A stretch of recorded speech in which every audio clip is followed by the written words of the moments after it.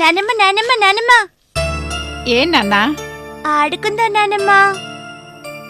ఇప్పుడొద్దు నాన్నా, చీకటి పడిపోయింది కదా, రేపొద్దున ఆడుకుందాం సరేనా? ఇప్పుడే ఆడుకుందాం. నాకిప్పుడంత ఓపిక లేదు నాన్నా. ఆహా, అదేం కుదరదు. నా మాట విను, కావాలంటే తాతయ్య గారితో ఆడుకో. తాతయ్య గారు బిజీగా చదువుకుంటున్నారు. ఉమ్, బిజీగా ఉండే వాళ్ళని డిస్టర్బ్ చేయకూడదని నువ్వే కదా చెప్పావు. నేను కూడా బిజీగా ఉన్నానురా, నన్ను కూడా డిస్టర్బ్ చేయొద్దమ్మా. చిన్నా, చిట్రా, అన్నం తిందు గాని.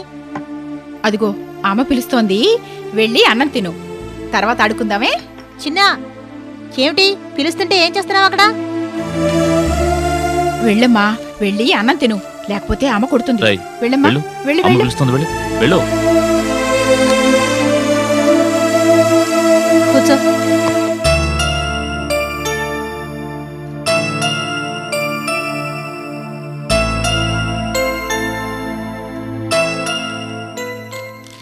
ఏమిటి ఆలోచిస్తున్నావు? వెన్నెల గురించేనండి. తను జైలు నుంచి నిన్ననే రిలీజ్ అయింది కదా, మనమంతా తను చూడటానికి జైలు దగ్గరికి వస్తామని ఎదురు చూసుంటుందండి.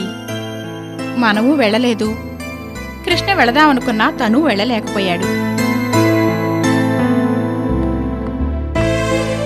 ఏమండి, మనందరం ఒకసారి వెళ్ళి వెన్నెలు చూసొద్దామండి. అదీ కాక అన్నయ్య ఆరోగ్యం ఇప్పుడు అంతగా బాగోలేదు కదా, ఆయన్ని చూసొచ్చినట్టుంటుంది.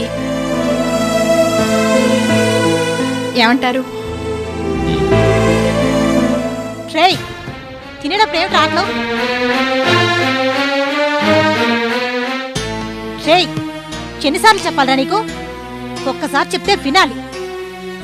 నేనున్నప్పుడు ఇంకోసారి ఇలా చేసావో నా సంగతి నీకు తెలీదు. ఏంటి అలా గుడ్లప్పగించి చూస్తున్నావు? నో తెరు.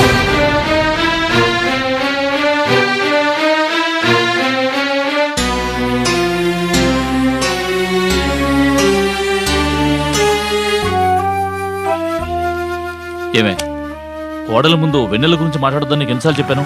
ఎందుకు మాట్లాడావు? కృష్ణ వచ్చినట్టున్నాడు, ఇదిగో వాడు ముందు ఈ విషయాలు మాట్లాడు.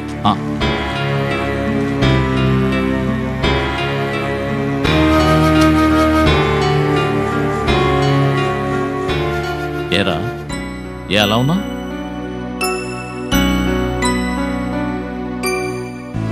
ఆఫీసులో ఏమన్నా ప్రాబ్లమా?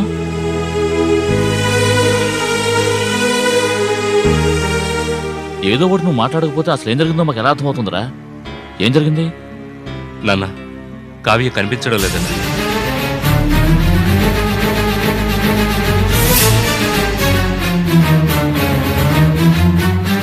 కావ్య కనిపించడం లేదా?